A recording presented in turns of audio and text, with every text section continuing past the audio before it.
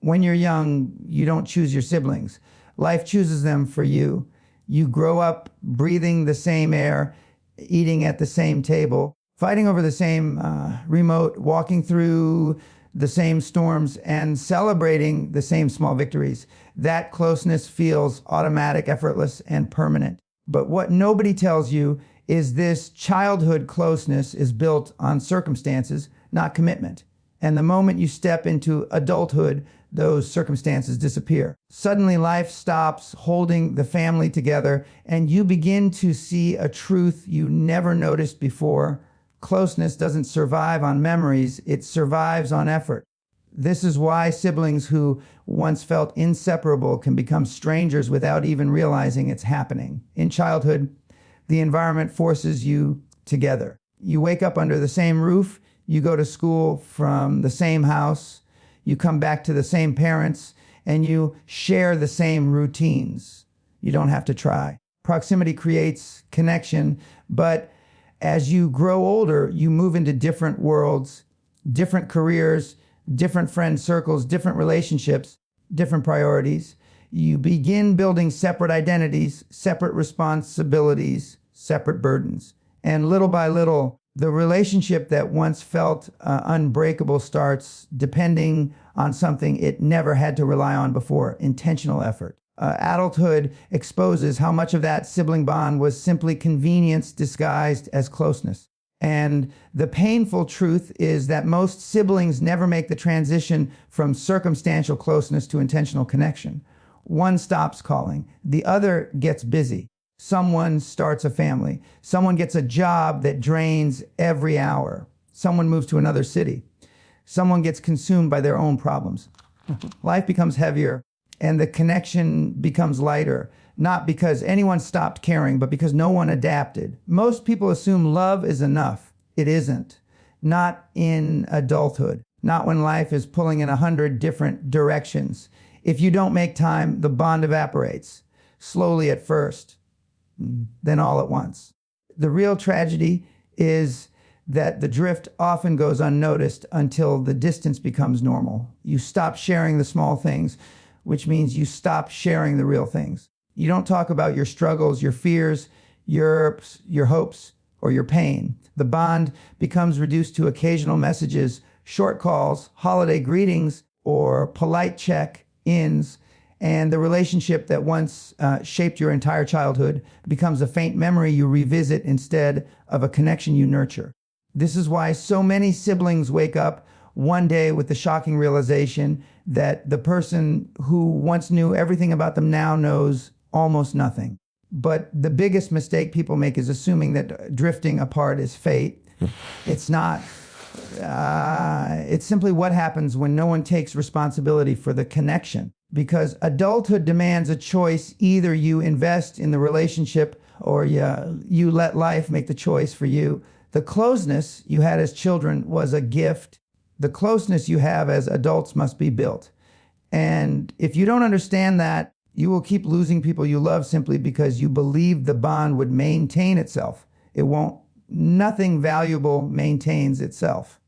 Not love, not trust, not connection, not even family. Unresolved childhood rivalries don't disappear just because people grow older. They simply learn how to hide themselves in adult behavior. When you're young, you compete for attention, space, validation, praise, and approval without even realizing it. One sibling becomes the responsible one, another becomes the emotional one, another becomes the troublemaker, the golden child, or the quiet one. These labels feel harmless in childhood, but they sink deep into identity. And as you grow older, you start carrying those unconscious roles into adulthood.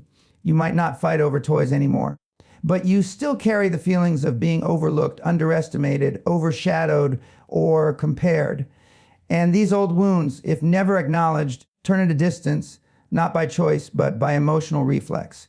The truth is, comparison from parents, relatives, teachers, and even society can poison a sibling relationship without anyone meaning to. When a child grows up constantly being measured against their brother or sister, who's smarter, who's more successful, who behaves better, who makes the family proud, they develop silent resentment. Not anger, not hatred, but a quiet bitterness that says, I'm never enough. And because these feelings were never addressed as children, they become part of the adult personality. Two siblings who once fought loudly now avoid each other quietly, not because they don't care, but because they don't know how to exist together without feeling inadequate, defensive, or misunderstood. A lot of siblings build emotional distance to protect themselves from the wounds they never healed. If one sibling always felt overshadowed, they may pull away to avoid feeling small again. If one felt responsible for everyone, they may withdraw because they're tired of carrying the weight. If one felt criticized, they may stay distant because being around family triggers those old insecurities. People think they're drifting because of work or distance or busy schedules, but that's just the surface excuse. Underneath, the real reason is emotional history, memories that shaped them long before adulthood began. Another reason unresolved rivalry becomes adult distance is that siblings rarely talk openly about the past. Nobody sits down and says, "This hurt me," or "I felt unloved," or "I always felt compared." Instead, the pain becomes toxic silence. And silence creates assumptions. They don't care. They never understood me. They always judged me. They never liked me. Most people don't realize they aren't avoiding their sibling. They're avoiding the version of themselves they became around their sibling. When being around a family member reminds you of your insecurities, your childhood fears, or your old scars, you instinctively distance yourself. The damage becomes even worse when one sibling achieves something early while the other struggles. The successful sibling might unintentionally trigger the other's fear of inadequacy. The struggling sibling might interpret the other's progress as a reminder of everything they haven't done. And instead of talking about it, they drift. Not because they envy each other, but because the relationship becomes emotionally uncomfortable.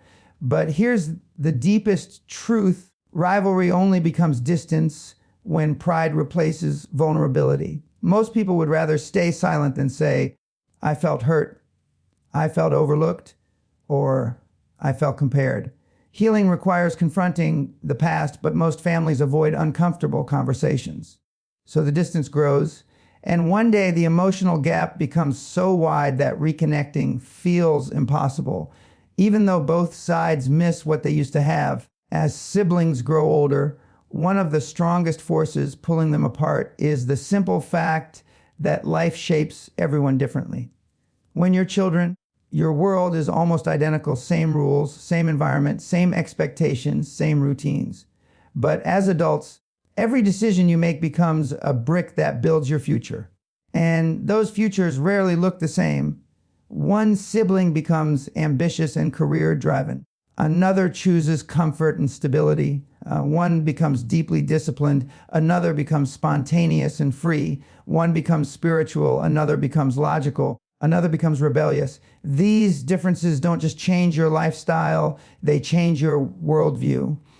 And when your worldview changes, your emotional connection changes too. People underestimate how powerful values are. Values dictate how you think, how you love, how you communicate, how you handle conflict, how you spend your time, and even how you see yourself. When two siblings grow into adults with completely different values, the bond between them begins to feel misaligned. It's not that they dislike each other. They simply stop operating on the same wavelength. One prioritizes success, another prioritizes peace. One wants constant movement, another wants stability. One chases big dreams, another wants a simple life. And suddenly their conversations feel awkward, shallow, or forced, not because they don't care, but because they don't connect the way they used to. Even simple things create distance. Different schedules, different responsibilities, different social circles, different levels of emotional maturity, different expectations of what a relationship should look like. And slowly, What once felt natural becomes something that requires effort. Some siblings evolve mentally while others stay stuck in old patterns, old mindsets, old habits. Growth is beautiful, but growth also creates separation. When one sibling becomes more self-aware, more disciplined, more driven, or more emotionally intelligent, the relationship begins to adjust.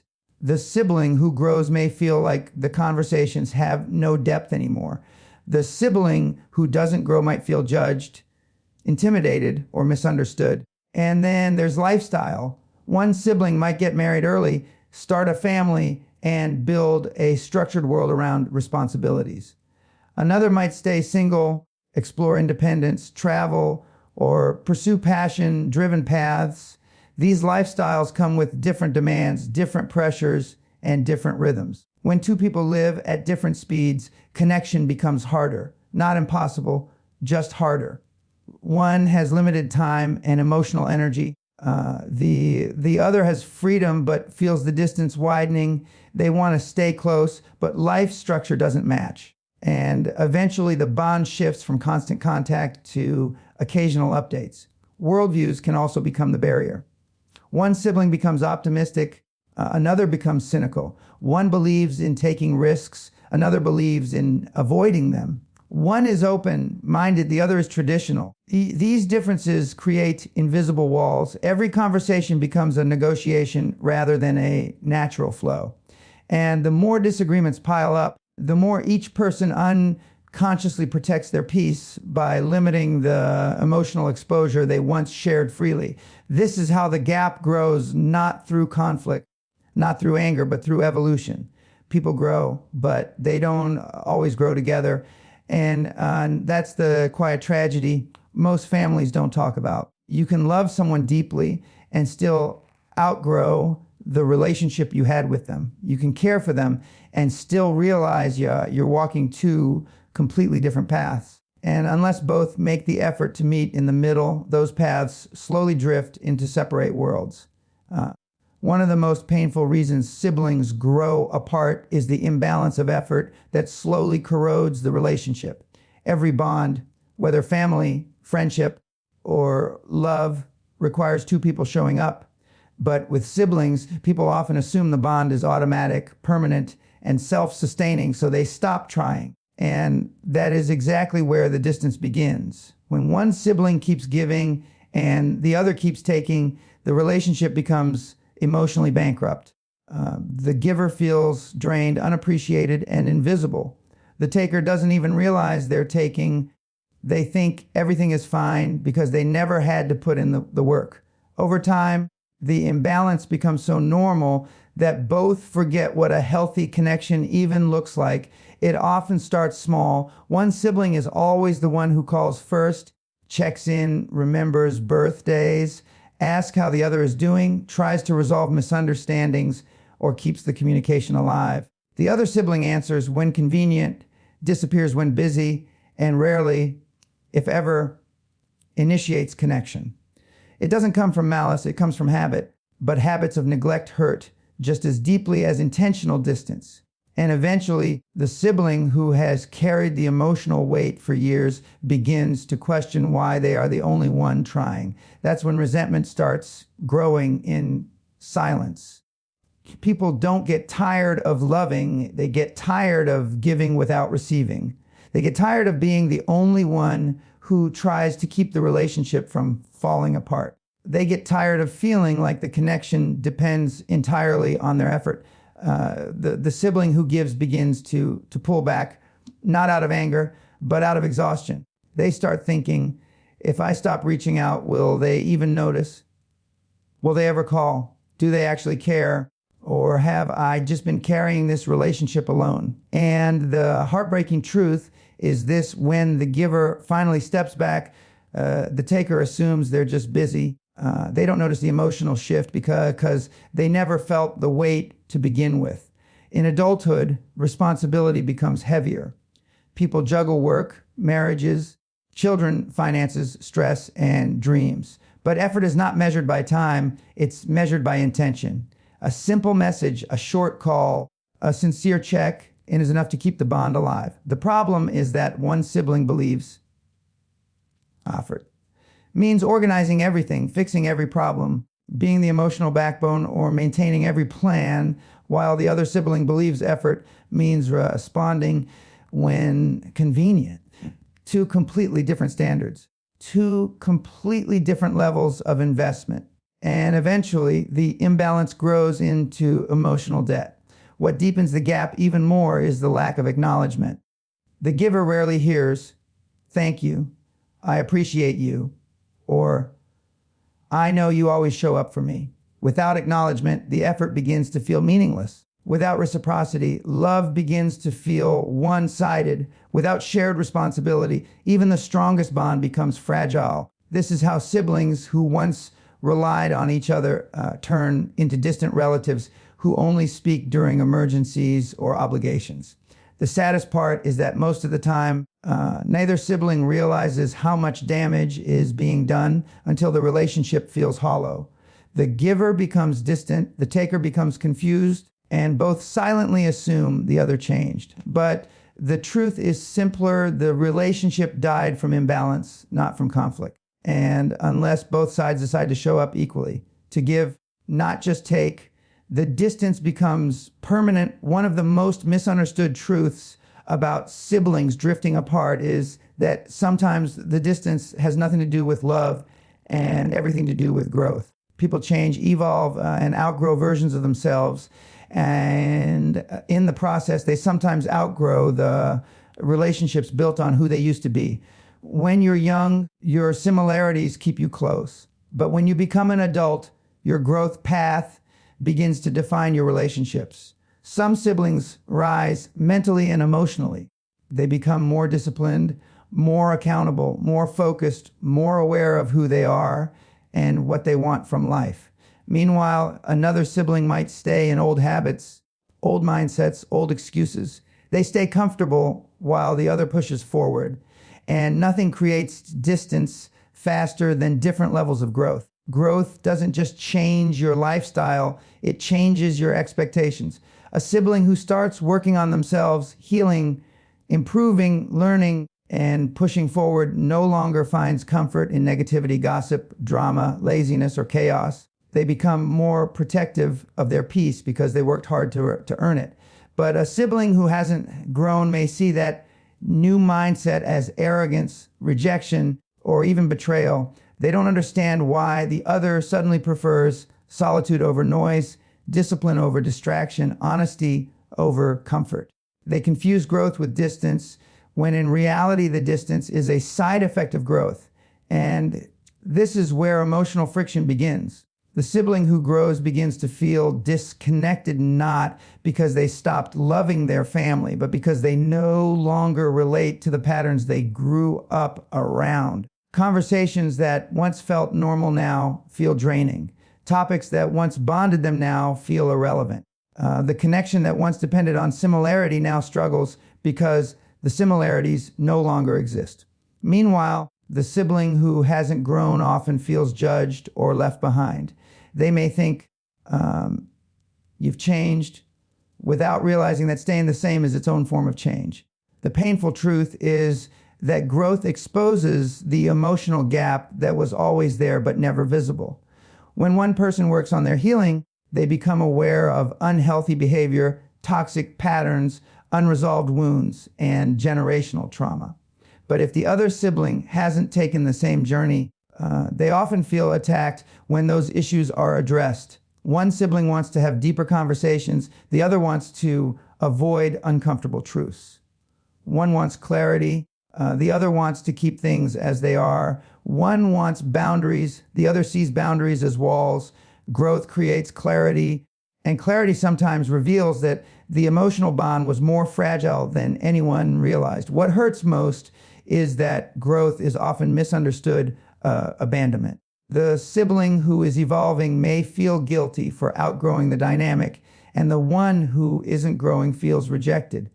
But neither realizes the real problem. They are no longer walking at the same pace, and pacing matters. You can love someone, care for them, and still not be able to walk their path with them. Growth requires new environments, new conversations, new routines, new ways of thinking. And unless both siblings evolve together, the distance becomes natural, gradual, and often unavoidable. But distance doesn't mean absence of love. It simply means one person is moving toward a future the other isn't ready to face. And unless both sides choose growth, not the same growth, but genuine personal evolution, the relationship can't stay the same. It's not betrayal, it's transformation. And a transformation has a cost. Not everyone evolves at the same time or at the same depth or in the same direction. Growth changes people, and sometimes it changes family too. Another powerful reason siblings grow apart is the silent buildup of pain, pride, and unspoken emotions that slowly replace real conversations. As children, arguments are loud, tears are visible, and conflicts are simple. You fight, you cry, and 5 minutes later you're playing again. But as adults, people stop expressing hurt openly. They learn to hold things in. They learn to stay quiet. They learn to pretend everything is fine, even when nothing is. And silence, when repeated long enough, becomes distance. It becomes the space where misunderstandings grow, assumptions multiply, and emotional walls get stronger with every passing year. Most siblings avoid honest conversations because honesty is uncomfortable. It forces people to confront the parts of their relationship that are painful to acknowledge, like feeling neglected, misunderstood, disrespected, compared, or taken for granted. Instead of saying, "That hurt me," siblings swallow the pain. Instead of saying, "I needed you," they act like they never cared. Instead of saying, "We should talk," they wait for the other person to make the first move. Pride takes over vulnerability. Silence takes over truth. And the bond that once felt unbreakable slowly weakens under the weight of everything left unsaid. This emotional avoidance becomes even more dangerous when life gets harder. As adults, people deal with stress, failure, heartbreak, financial pressure, mental exhaustion, and personal battles that no one else sees. But instead of turning to siblings for support the way they once did as children, they hide their struggles. They fear judgment, they fear misunderstanding, or they fear burdening others. And the more they keep inside, the less connected they feel. A relationship without emotional depth becomes a relationship built on politeness rather than closeness. The small talk stays, but the real talk disappears. And without real talk, there is no real bond. Pride is the biggest enemy of reconciliation. Siblings tell themselves if they cared, they would call. If they wanted to fix things, they would apologize. If the relationship mattered, they would try. Both feel the same way, both wait for the other to move, and both misinterpret the silence as a lack of love. What they don't realize is that beneath the silence, both are hurting. Both are longing for closeness. Both are tired of pretending. But pride convinces them that reaching out first is a form of weakness, when in reality it's the greatest act of strength a relationship can have. Every year that passes without honest conversation adds another layer of emotional dust to the relationship. Birthdays become formality.